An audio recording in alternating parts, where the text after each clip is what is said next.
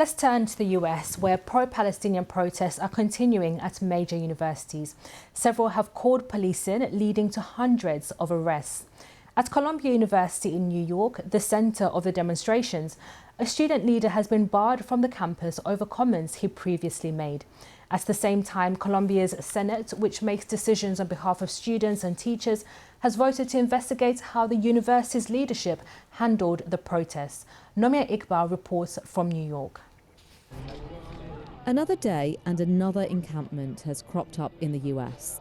In this part of New York, students camped outside the City College. We should make sure that CUNY administration knows that we will not back down. Sarah is Palestinian American. Students here and faculty here are not scared of anything. They're willing to risk their careers, they're willing to risk their schools, their personal lives. They know that there is a risk of arrest, they know there is a risk of suspension, but they're willing to stand here and risk it all for Palestine and for divestment. Sergey once studied here. I came here out of curiosity. He describes himself as very pro-Israel. I do find it unfair that certain groups are allowed to occupy public space, block people's access to those spaces. I do find it offensive when my people are accused of genocide when we defend ourselves. But at the same time, I do recognize freedom of speech, freedom of assembly.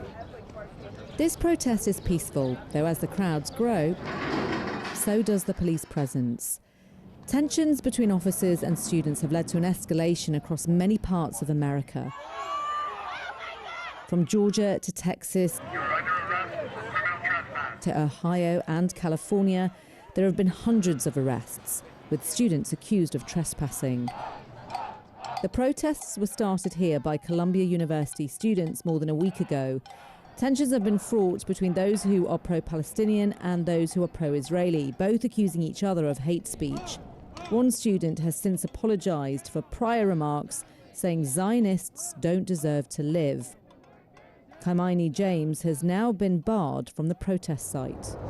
It's much calmer here today at Columbia University, but the students in the encampment behind me aren't budging on their demands.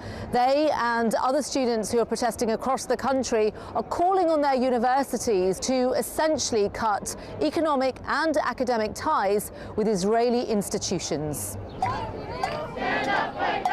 All of our demands have to be achieved in order for us to leave the encampment. We're asking for financial transparency, we're asking for cops off campus, we're asking for amnesty for all students that have faced disciplinary charges or have been suspended or arrested.